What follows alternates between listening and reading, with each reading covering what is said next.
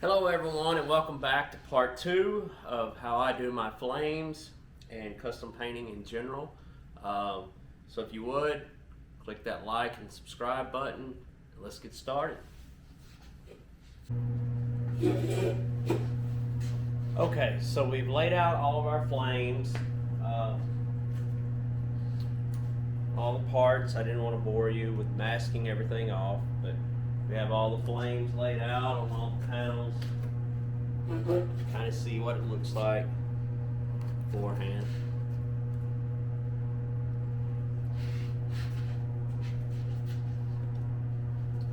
Battery cover.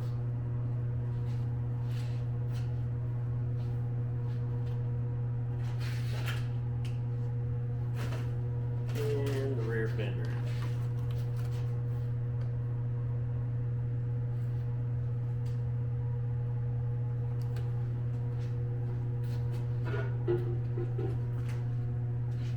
So what we're going to do, we're going to begin by doing our fan inlay or sun rays, whatever you want to call it.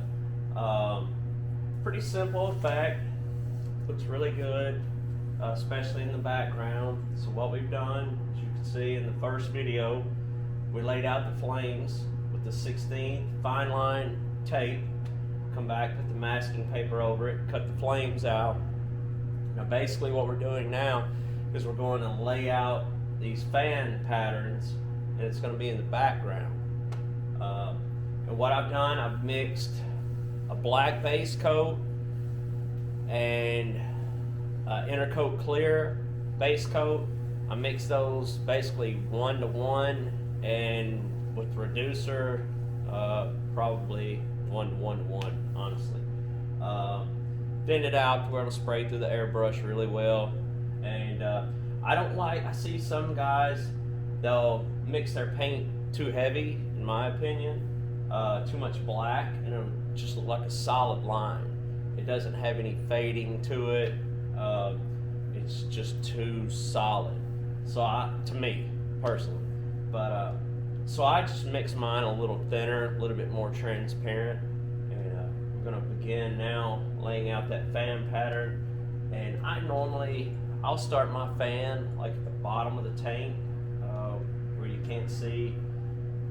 As you spray this fan pattern on, down at the bottom, it gets real heavy because everything's basically coming to the same point. And I don't like that to show up here in the paint job, so I'll start the fan down here in the masking paper. That way it just, to me, has a better blend, I guess you would say. It's not a bunch of black paint where the bottom of the rays collect, if that makes sense. So let's go. Another thing I want to point out, you can, on flatter surfaces, you can take the masking tape and just lay it on the part and use the masking tape. But on these curved parts, I like to use this 1/4" vinyl tape because it flexes and does much better. It lays better, doesn't leave any wrinkles or creases for paint to get up under. I'll lay that down for the first line, and then I'll put the masking tape over it to keep any overspray from getting on the rest of the paint job. But I always imagine the fan inlay or the sun rays as like being raised up like this and going from front to back. And so I'll start the rays toward the front of the part and then gradually work my way back.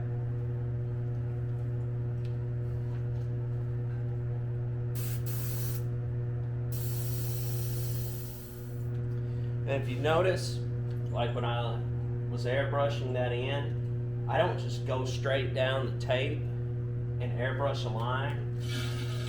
I'll kind of feather it in at an angle so it gives it more of a three-dimensional look. I see it sometimes where guys will lay the tape down and they'll just airbrush a straight line. Lay the tape down, airbrush a straight line. Problem with that is it just looks very one-dimensional. Where this, when you kind of angle the shades as you go and get lighter and lighter toward the front of the shadow, it just gives it a deeper look. I try when I pull this and do my next line, I kind of try to keep it all spaced evenly. You know, I'll look at my space here and kind of keep it about the same, just whatever looks right to you. There's no set way of doing this.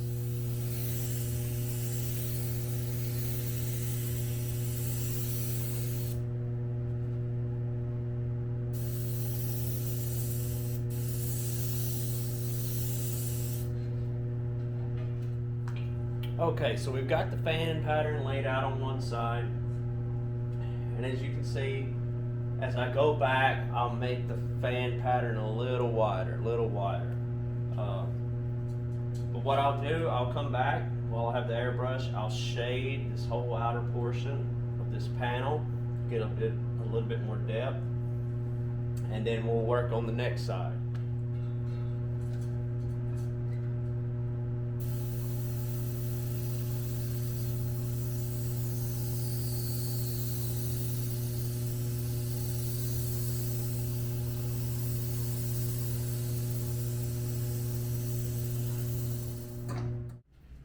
So what I'm going to do now is, in order to make sure my fan spacing is the same as the other side, I'll just kind of eyeball it from one side to the other and make marks where the fans end on the panel.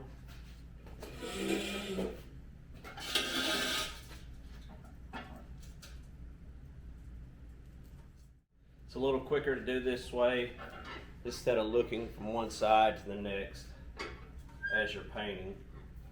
This way it kind of speeds things up a little bit. Okay, so we've kind of got them all marked where the fan inlay will stop in reference to the other side.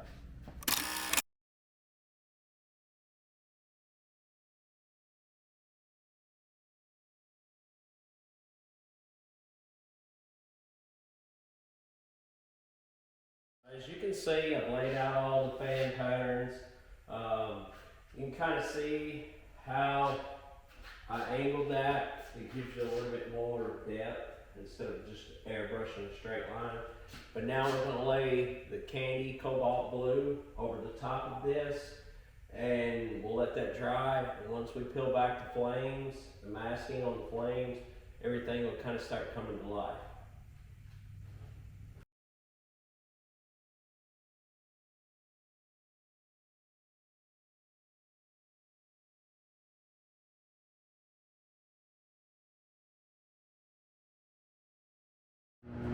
As soon as that dries, we'll put on another coat of candy.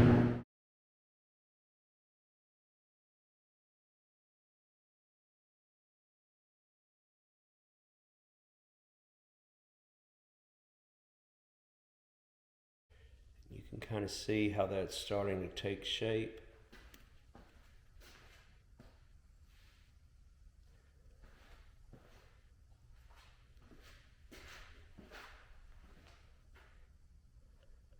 Gonna let this dry.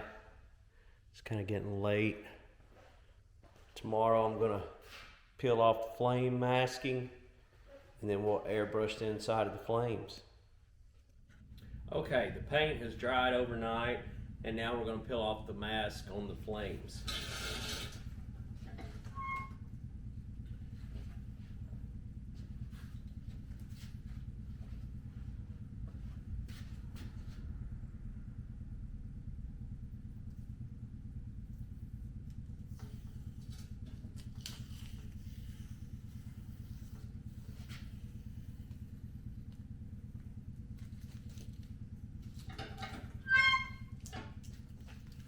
You can really start to see it take shape now.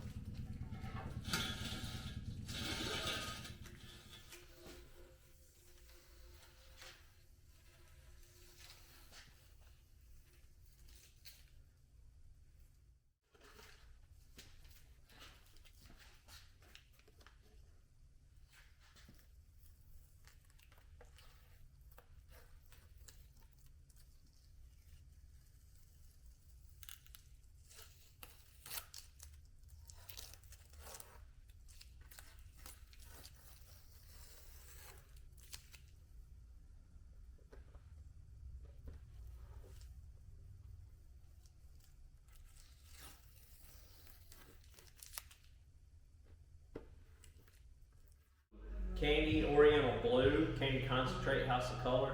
We're going to spray this over all these panels. It's going to give this blue that's in the background a little bit different tone. And then this will be a lighter color blue. And then we'll come back with cobalt blue and airbrush around the edges of the flames. Give it a little bit more depth. So here we go.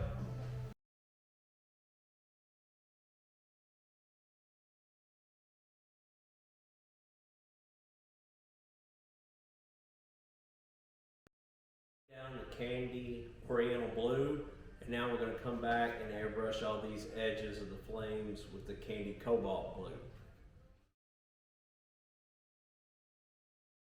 Now we're going to peel back and remove the 16th inch fine line tape. We're going to peel off this 16th inch tape. I like to use an X-Acto knife to get up under the tape, pull it back. And I pull the tape right back against itself. I don't pull it like at an angle like that or that. To me, it just seems like it cuts the line better, as long as you follow it.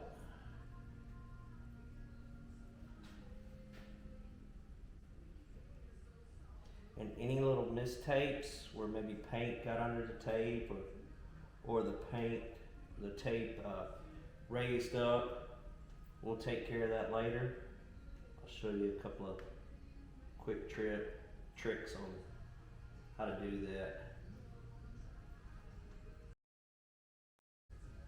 See, like in these little turns here, I don't know if you can see it on the camera, but I'll zoom in just a little bit and show you how, like right there, it left a little jagged edge. Show you there's a couple of different ways to fix that.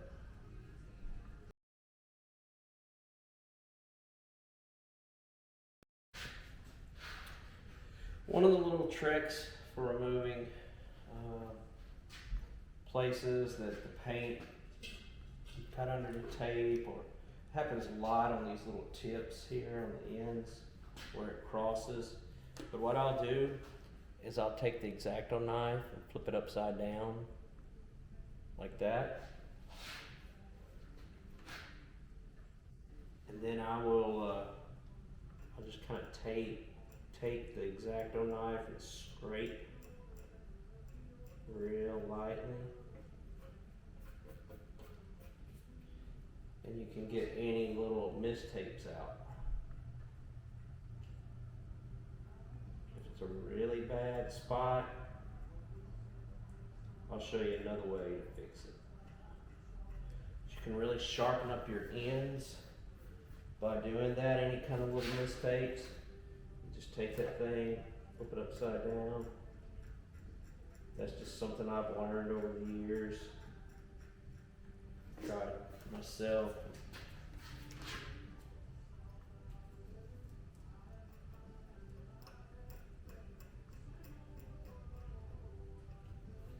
Because you have a clear coat under all this, a good hard catalyzed clear coat, so it will protect, you don't want to cut down into the paint.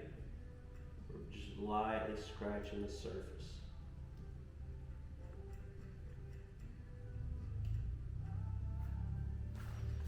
Letting the X-Acto knife act like really fine sandpaper.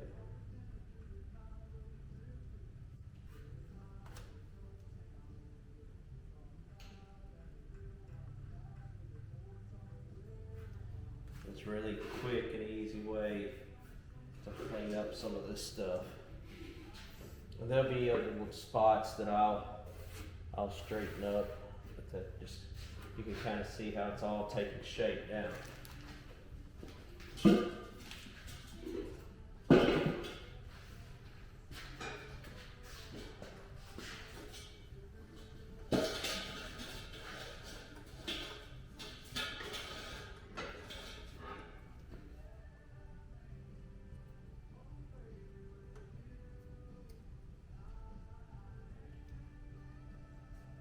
And if you have if you're like pulling the tape up and it's pulling the paint up here or here, A lot of times that's because you either didn't spray the paint wet enough or you don't have your mixture right.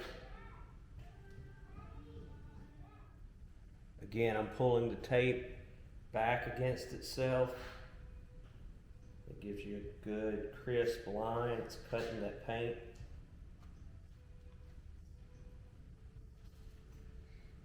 It's cutting it nice and smooth, leaving a nice sharp edge. There you have it.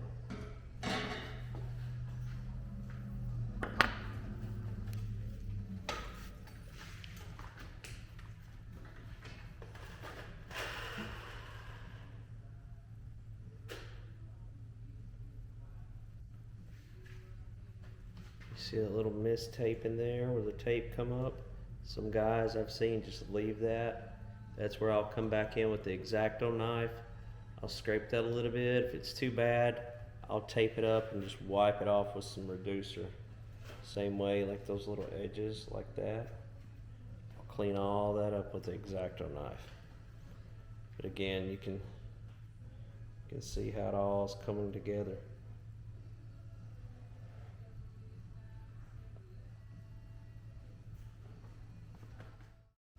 I taped out the panels on top of the rear fender, tank, and fairing windshield. I had some lace that I laid on top and dusted it with a very light mixture of black base coat and Intercoat clear.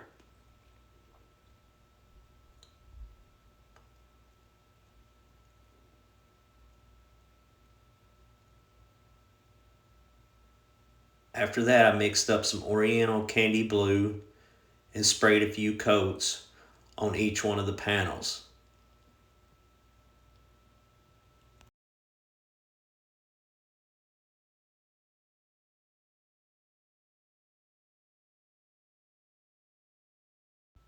I let that dry a few minutes, then came back with Candy Cobalt Blue and airbrushed the outer edges of each panel.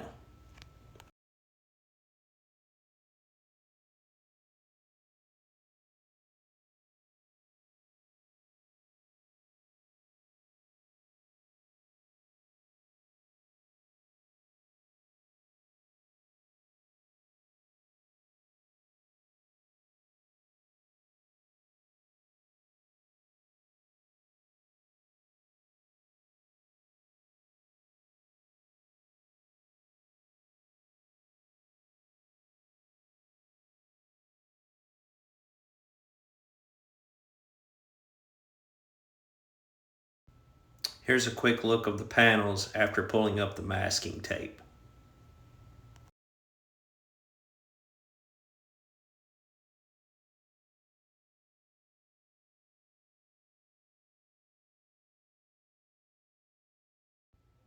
Here I've laid out the outer designs of those panels.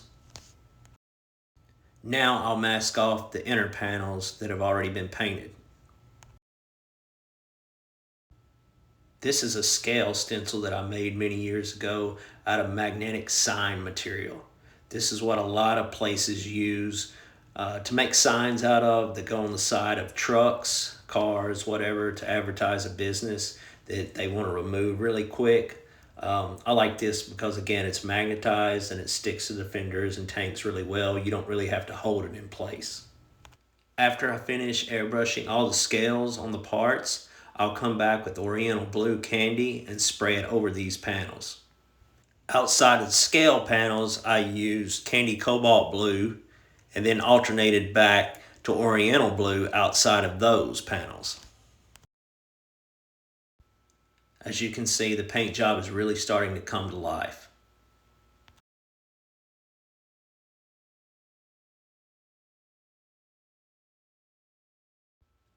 I've masked off the panels that I've painted and added a small 16th pinstripe on the outside of the flame panels on each part.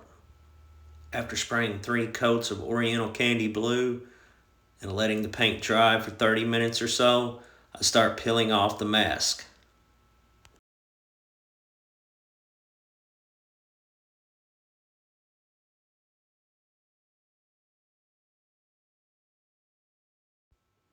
Now you see all the steps that it takes to get the paint job to this point. I hope you enjoyed the video. Please click that like and subscribe button and stay tuned for episode 3, where I'll show you how to take care of some of the mistapes before we final clear, and of course the end result. Be sure to check us out on the web at deathmetalracing.com or boostedbrad.com.